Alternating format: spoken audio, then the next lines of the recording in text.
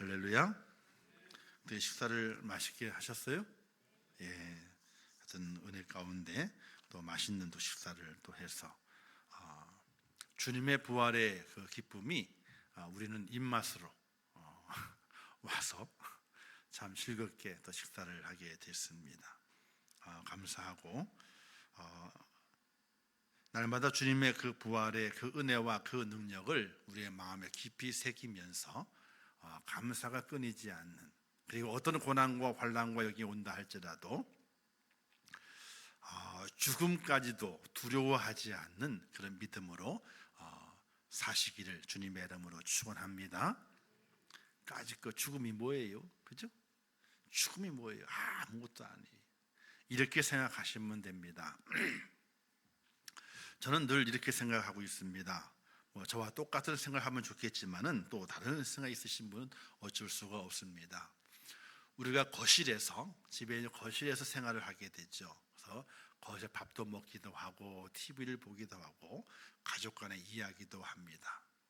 그런데 각자에 맞는 때에 어떻게 됩니까? 각자 방으로 들어가죠. 각자 방으로 문을 열고 들어갑니다. 이게 뭐냐면 죽음이 함께 거하고 식사하고 놀기도 하고 또 대화도 하고 싸우기도 하다가 각자의 시간의 때가 있어요. 나는 이제 내 시간의 때에 내 방으로 들어가야 되겠다 하는 그 때가 있어요. 그때 내 방으로 문을 열고 싹 들어가게 되잖아요. 그러면 거실에 남아있는 사람들과 빠이빠이. 단지 우리는 내일 만날 것을 알지만, 그죠? 근데 내일 만날 수 있다고 장담할 수 있는 사람이 아무도 없어요. 그래서 방으로 들어가는 것, 그게 바로 죽음이다. 죽음이다. 안방에는, 내가 들어가는 그 방에는 내가 잠잘 침대가 있고 이불이 있어요. 들어가 포근하게 나를 감싸줍니다. 그래서 죽음은 두렵고 떨리는 것이 아니라 내게 허락하신 하나님의 은혜와 평강을 누릴 수 있는 것이 바로 죽음의 문을 들어가는 거예요. 특별히 그리스도인들에게는 다시 사는 생명의 부활의 약속이 있기 때문에 우리는 그 문을 열고 들어가는 걸 두려워하는 것이 아니라 이 문 뒤에는 내게 영생의 축복이 있고 참 평안이 있고 영원한 안식이 있다, 이런 믿음 안에서 삶과 죽음을 자유롭게 넘나들면서 기쁨을 간직하고 또 우리의 생애의 시간들을 정말로 보람 있게, 그리고 또 하나님의 말씀 가운데 은혜가 넘치는 그런 삶을 꼭 살아내시기를 주님의 이름으로 축원합니다. 자, 이제 오늘 함께 나눌 말씀의 제목은 부활 이후입니다. 부활 이후. 자, 주님이 부활하셨습니다. 그 소문이 쫙 퍼지게 됐지요. 예수님의 부활은 많은 소동을 일으켰습니다. 특별히 로마 군병들이요, 안절부절 못했습니다. 마태복음 28장에 보게 되면요, 예수님이 부활하시게 되고 무덤이 열려지게 되고 무덤이 텅 비었을 때에 로마의 군병들이 안절부절 못했습니다. 왜냐? 그 전날에 대제사장과 그리고 장로들과 그리고 빌라도가 특별하게 부탁을 해서 로마 군병들을 예수님의 무덤 앞에 경비하라고 세워놨던 거거든요. 그 이유가 예수가 살았을 때 예언하기를 내가 3일 만에 부활하리라, 그 예언의 말씀에 따라서 혹시 제자들이 예수님의 시체를 훔쳐간 이후에 빈 무덤을 보이면서 예수께서 부활하였다, 이렇게 거짓 선전을 할 것이기 때문에 그 문을 잘 지켜야 된다, 이렇게 신신당부를 하고 로마 군병을 세워서 무덤을 지키게 했던 것입니다. 그냥 소동이 일어났어요. 새벽이 됐을 때 무덤이 열려지게 되고 무덤 안이 비어있게 된 겁니다. 제자들이 오가게 되고 막달라 마리아와 다른 마리아가 울부짖게 되고 그래서 소동이 일어나게 됐던 겁니다. 여기에서 가장 간담이 서늘했던 사람이 바로 이 로마의 군병들이 신신당부를 해서 자기의 상관의 명령으로 무덤을 지켰어야 되는데 무덤문이 열려진 것이 왜 열려졌는지, 그 시신이 어디로 갔는지, 어떻게 없어졌는지 전혀 그 상황을 알지 못하는 거예요.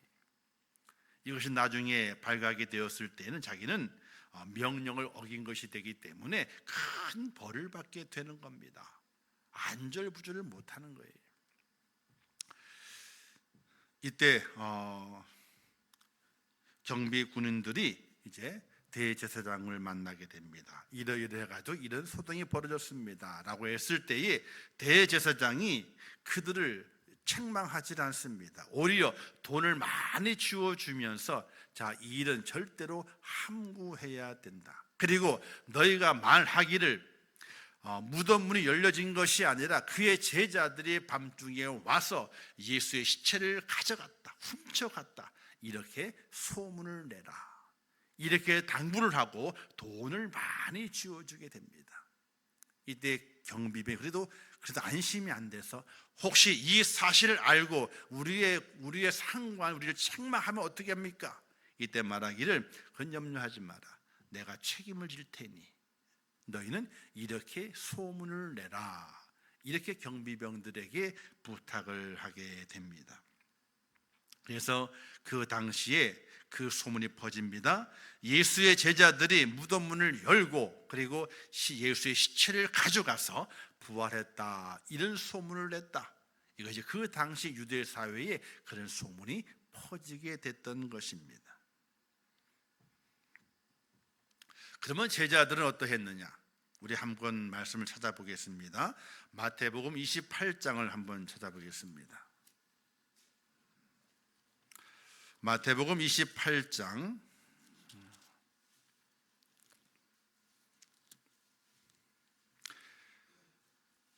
17절 말씀을 함께 보겠습니다. 마태복음 28장 17절 말씀 시작.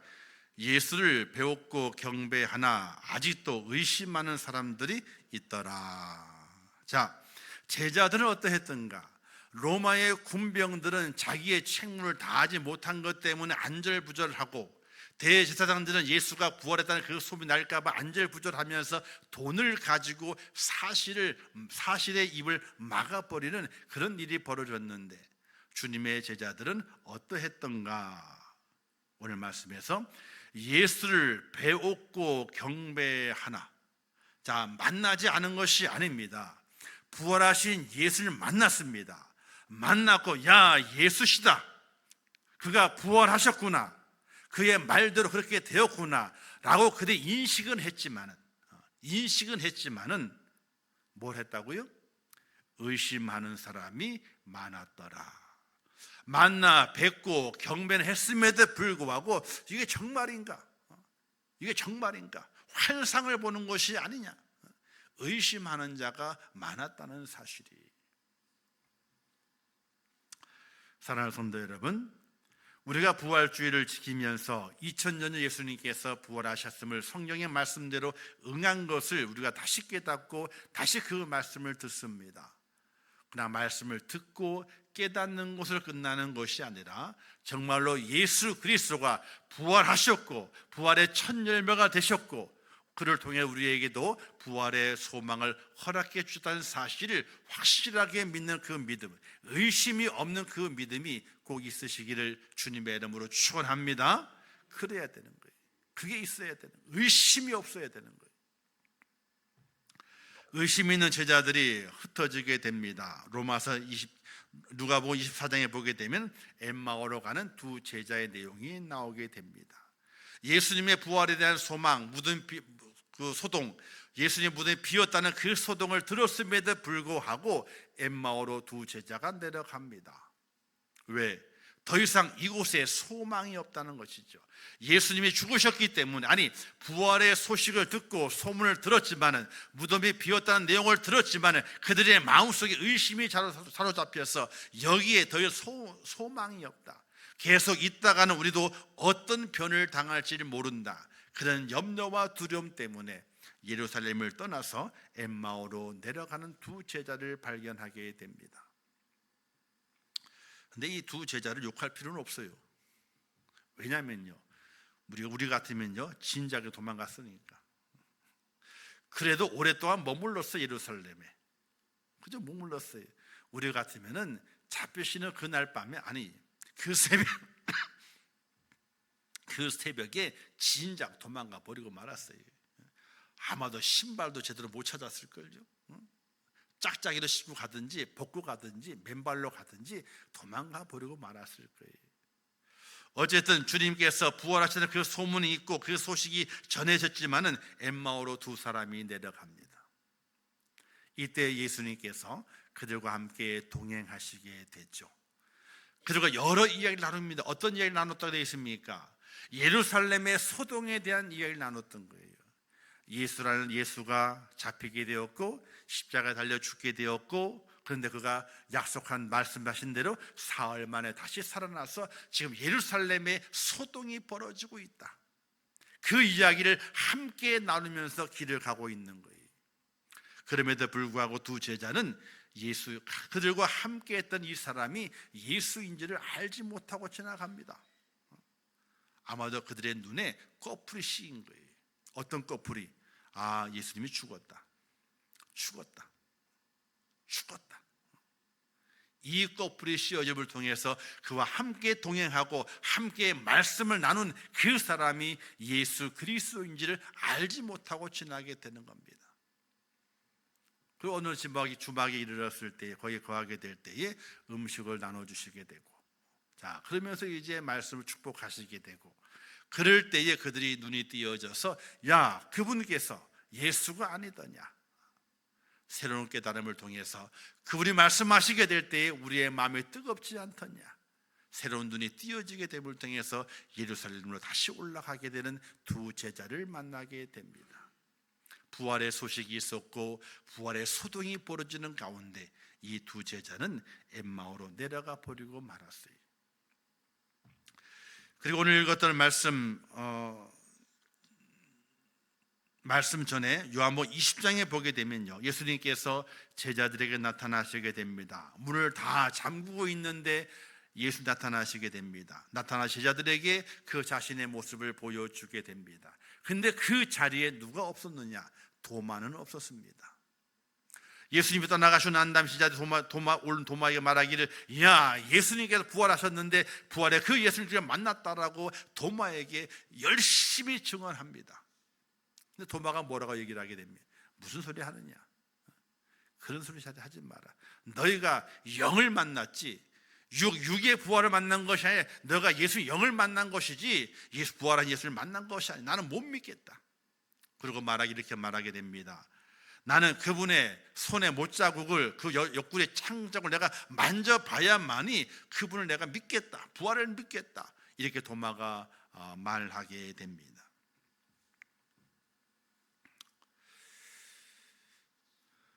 그리고 얼마 후에 예수님께서 도마가 함께 있던 제자들 속에 나타나시게 됩니다.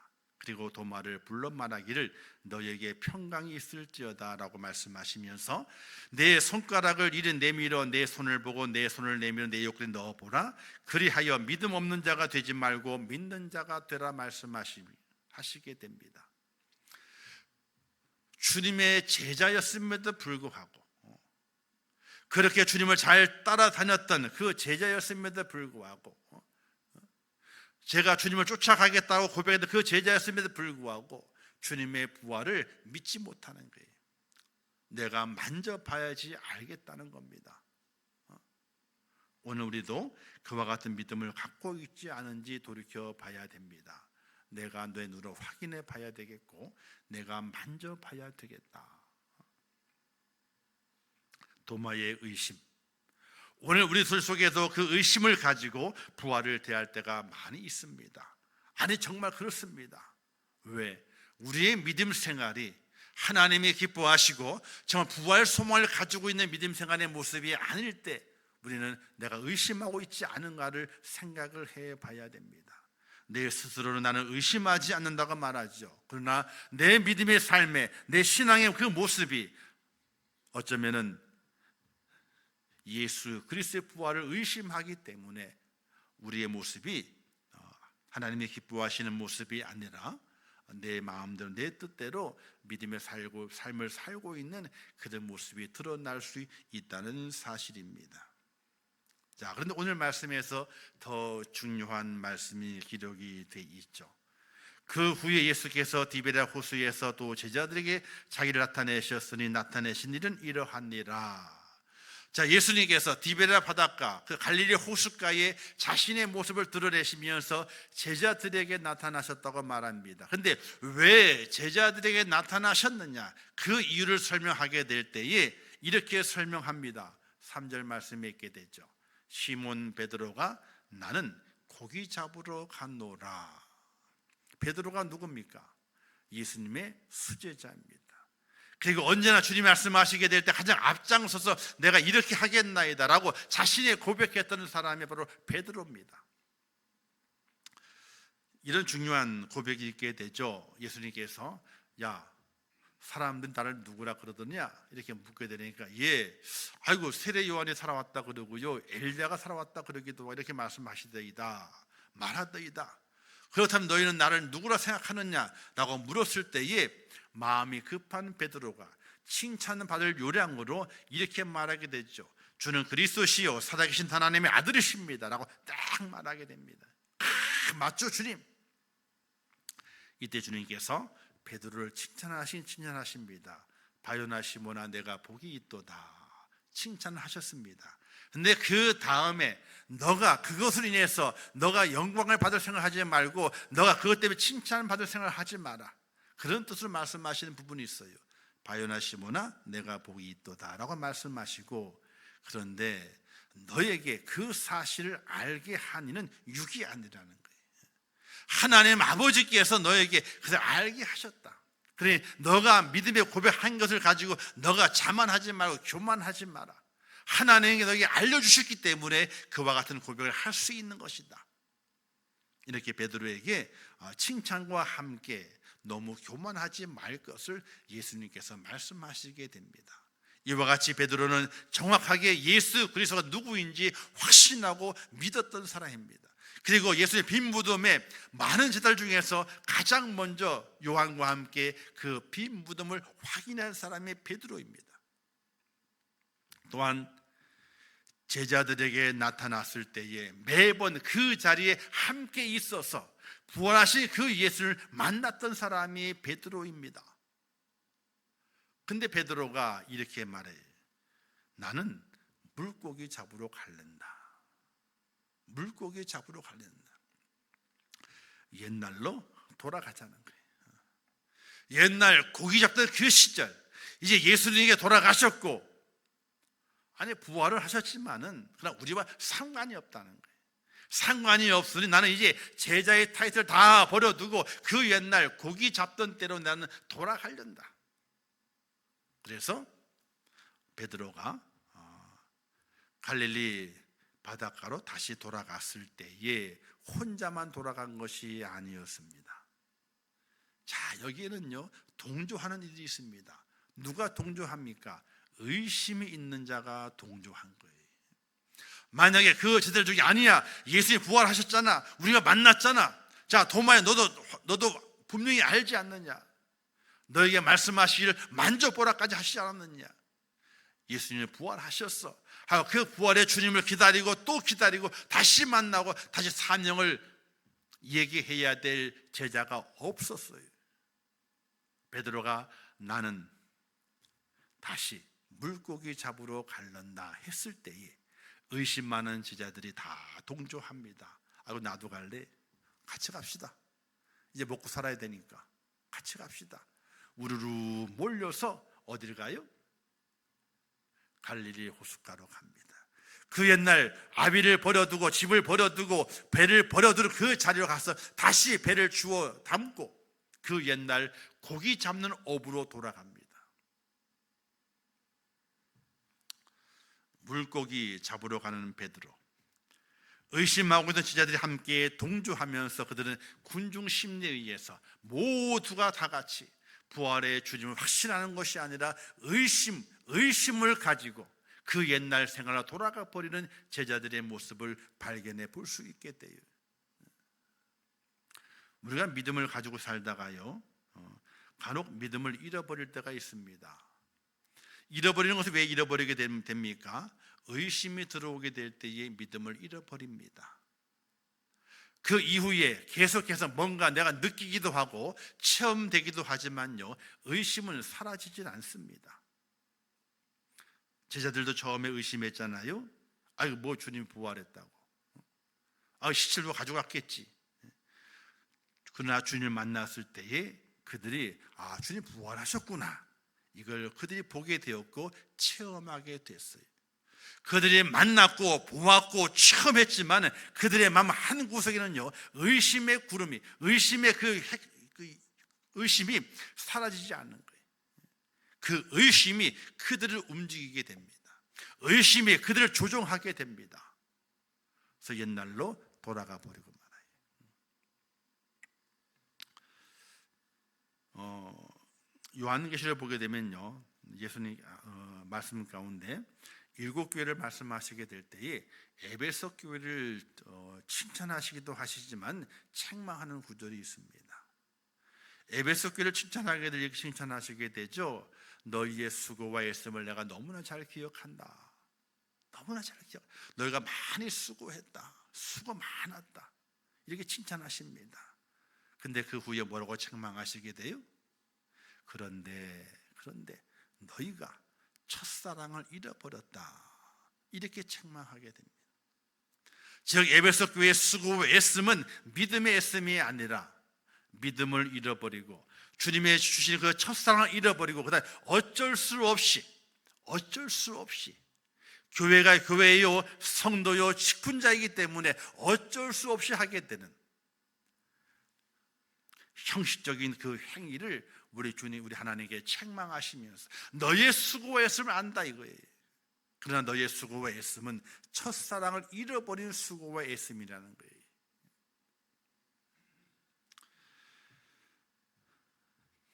주님의 부활 이후에 제자들이 그와 같은 모습이었습니다. 부활의 주님을 만났지 않습니까? 실제로 도마가 만져보았는지 안 만져보았는지 그 내용은 없지만은 내가 만져보아야 믿겠다 했던 그 도마가 이렇게 고백하게 되죠. 나의 주님이시요 나의 하나님이시니이다, 이렇게 고백하게 됩니다. 만져봤는지 안 봤냐 그 내용은 없습니다. 단지 도마가 내가 만져봐야만 믿겠다고 하는 그 도마에게 만져보라라고 몸을 내어주시게 될 때에 도마가 내 주님이십니다 라는 고백을 했습니다. 그런 고백의 현장의 자리에 함께 있던 제자 베드로와 다른 모든 제자들이, 베드로가 나는 이제 고기 잡으러 갈란다, 고기 잡으러 갈란다. 이때의 다른 제자들도 누구 하나 아니 예수님 부활하셨는데 만났잖아, 우리가 그분의 음성을 들었잖아, 그렇게 말하는 자가 아무도 없이 함께 다 같이 고기 잡으러 가는 거예요. 이제 우리가 먹고 살 일을 찾아야지 하고 고기 잡으러 가는 겁니다. 오늘 우리는 부활의 주님을 찬양하고 그 주님의 부활이 나의 부활임을 고백하면서 마지막 때의 부활의 영광 중에 거하는 하나님의 사람이 되는 그 축복의 은혜를 기억하며 부활의 즐거움을 만끽하고 있습니다. 주님 부활하셨고 그 부활이 나 때문에 나를 살리시고 내게 영생의 축복을 주시기 위해서 주님이 부활하심을 믿는다는 믿음의 고백을 합니다. 그러나 그 이후에 우리의 모습은 어떻게 변화되어야 할 것입니까? 분명히 다르게 변화되어야 됩니다. 주님의 부활에 대한 의심, 내 죄에 대한 속죄에 대한 의심, 나의 구원에 대한 그 의심을 다 떨쳐버리고 확실한 믿음 가운데 나를 세워가면서 하나님의 뜻하시는 바를 온전히 이루어갈 수 있는 하나님의 사람으로 우리가 세워져야 됩니다. 믿음을 잃어버린 사람, 첫사랑을 잃어버린 사람은요, 다시 그 믿음을 회복하게 해야 되고 첫사랑을 회복해야 됩니다. 그런데 그것이 나의 열심만 가지고는 되질 않아요. 나의 열심은 언제든지 의심에 휩싸여서 조종받기 가장 쉽습니다. 조종받기 가장 쉬워요. 베드로와 그의 또 함께된 그 제자들이 의심 때문에 조종당해서 갈릴리 호숫가로 다시가 배를 타고 노를 젓고 급을 내렸던 그들의 모습처럼 오늘 우리들도 의심이 우리를 조종하게 됩니다. 어떻게 해야 그 의심을 떨쳐버릴 수 있겠는가? 다시 한번 주님의 부르심을 받아야 됩니다. 예수님께서 베드로를 처음 만났을 때에 깊은 데로 가서 그물을 던져라라고 말씀하시죠. 고기를 많이 잡혔을 때에 베드로가 주님께 와 절하며 이렇게 고백합니다. 주여, 나는 죄인으로소이다. 나를 떠나소서. 이렇게 고백하게 됩니다. 이때 주님께서 그를 부르시게 됐죠. 베드로야, 나와 함께 가자. 너는 이제부터 고기를 낚는 어부가 아니라 사람을 낚는 어부가 되리라 하고 그를 부르시게 됩니다. 그래서 주님의 제자가 됐습니다. 그러나 주님 부활 이후에 부활을 목격하고 체험하고 주님을 만나봤지만은 의심의 구름이 그의 믿음의 확신을 제거해버리고 도리어 옛날로 돌아가 버리고 많은 곳으로 그가 거하게 됐을 때에 우리 주님께서 다시 그를 찾아오시게 됩니다. 베드로를 부르시게 됩니다. 그리고 이렇게 말씀하시게 되죠. 고기를 배 오른편으로 그물을 던져라. 그리고 고기를 많이 잡게 됩니다. 베드로가 뛰쳐나옵니다. 주님이시다. 예수님께서 아무 말도 하시지 않아요. 자, 조반을 먹자. 잡은 고기를 좀 달라. 잘 구워가지고 이제 그 고기를 함께 나누면서 먹습니다. 조반을 먹은 이후 예수님께서 베드로에게 말합니다. 너가 나를 사랑하느냐? 너가 나를 사랑하느냐? 너가 나를 사랑하느냐? 잃어버렸던 그 첫사랑, 주님의 베드로를 사랑을 부르셨는데 그 부르심을 잊어버린 그 베드로에게 다시 찾아가셔서 다시 부르시게 됩니다. 다시 부르시는 거예요. 다시 소명을 주시는 거예요. 부르심의 은혜가 있어야 돼요. 다시 부름을 받게 됐을 때에 베드로가 변합니다. 제가 주님을 사랑하는 줄 주님이 아십니다. 이때 주님께서 너희는 젊었을 때는 네 마음대로 다녔지만은 이제는 너가 네 마음대로 못 다닌다. 그리고 이렇게 말씀하잖아요. 요한복음 21장 맨 마지막에 보기 이렇게 말씀하게 됩니다.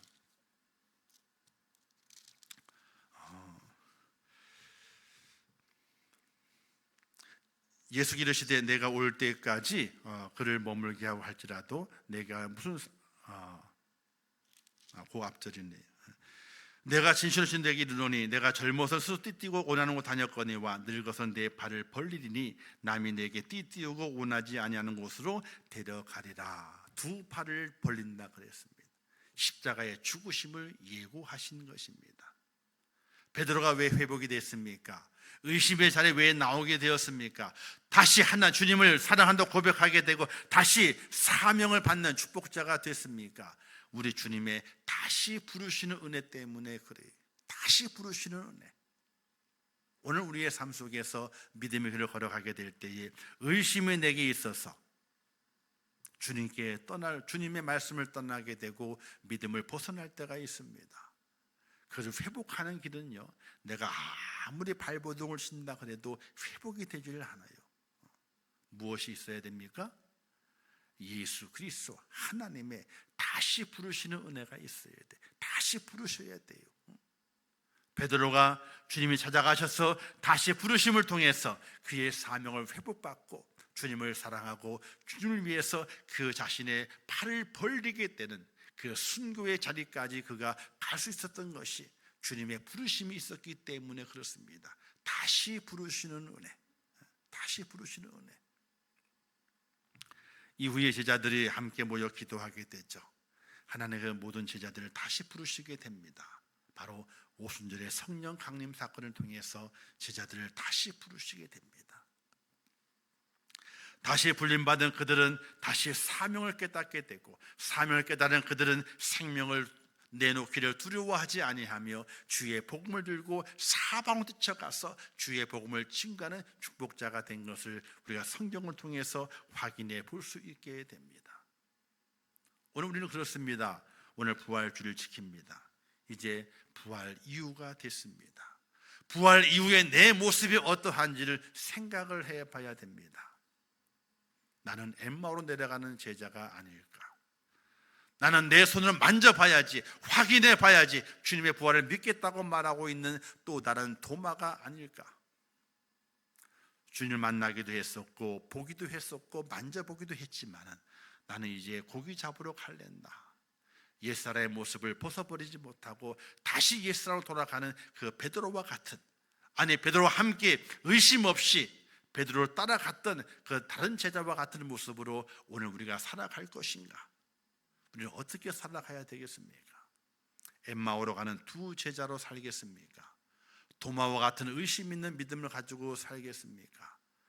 아니 베드로처럼 나는 다시 옛날로 돌아가면 좋다, 옛날에 내 모습이 좋다, 그 고기 잡던 그 모습이 좋다라고 돌아가는 그 베드로의 그 모습을 오늘 내가 간직해야 될 것인가?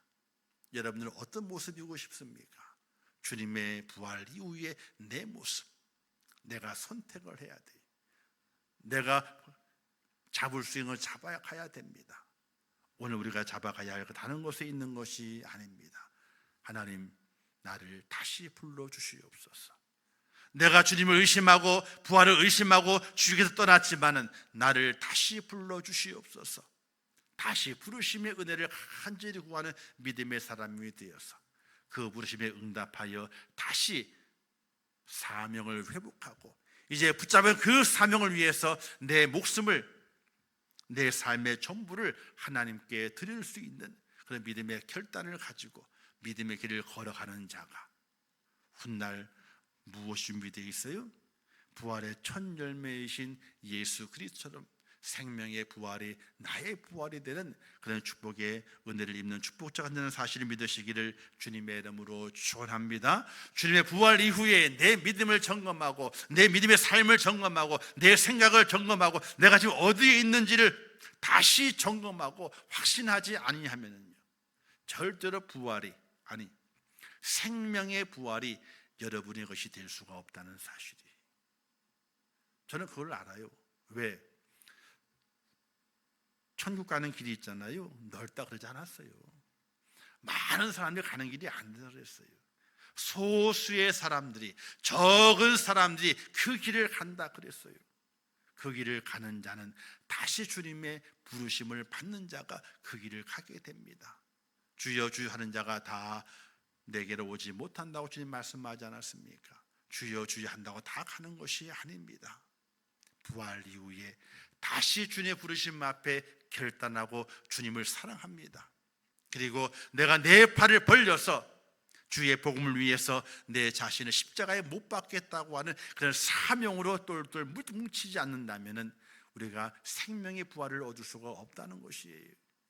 사랑하는 성도 여러분, 부활주일을 지나면서 부활 이후에 제자들이 보여준 그 모습을 닮아가지 마시고 주님의 부르심을 다시 한번 들으면서 믿음의 결단을 가지고 주님 가신 그 길, 십자가의 그 길, 외롭고 힘들고 어려운 그 길을 묵묵히 걸어가겠다고 하는 주님의 그 십자가를 내 몸에 치우면서 그리스도의 남은 고난을 내 몸에 치워가며 살겠다고 하는 그 믿음의 고백을 가지고 살아가시는 그런 축복자가 꼭 돼서 마지막 주님 정말 부활하시고 주님의 재림하시고 영광의 나팔이 불게 될 때에 생명의 부활로 다 나와서 주님과 함께 영생 복락을 누리는 귀한 축복자가 꼭 될 수 있기를 주님의 이름으로 축원합니다.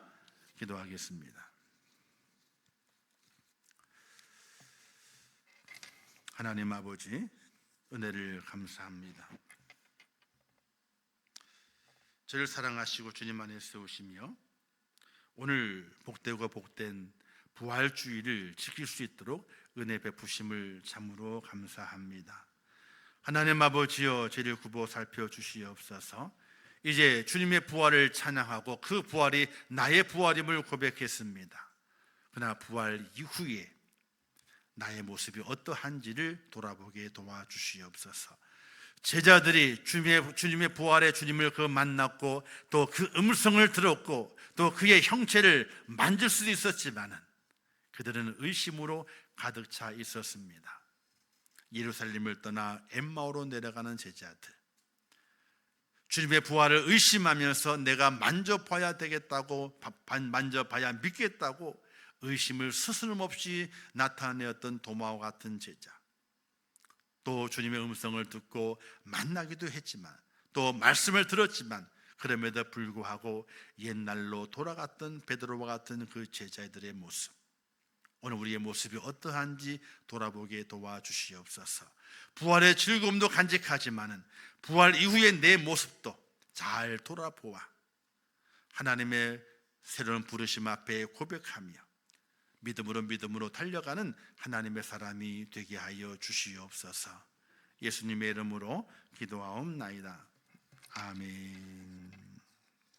지금은 우리 주 예수 그리스도의 은혜와 하나님 아버지의 크신 사랑하심과 성령님의 감화 감동 위로 축복 교통하신 역사가 오늘 부활주를 지키며 부활의 주님을 확신하며 그 부활이 나의 부활임을 고백하며 이 마지막 때에 주님과 함께 걸어가 주님의 그 영광의 그 때에 부활의 주인공이 되기를 소원하는 우리 임천교회 모든 성도들 머리 위에와 그들의 가정과 그들의 모든 가족들과 자녀들과 또 그들의 일터와 그들의 모든 삶의 기도의 제목들 위에, 또한 이 나라 이 민족 위에, 온 지구촌 위에 지금도 세계에서의 복음을 전하시는 선교사들과 그 선교의 현장들 위에 이제부터 영원토록 함께 있을지어다. 아멘.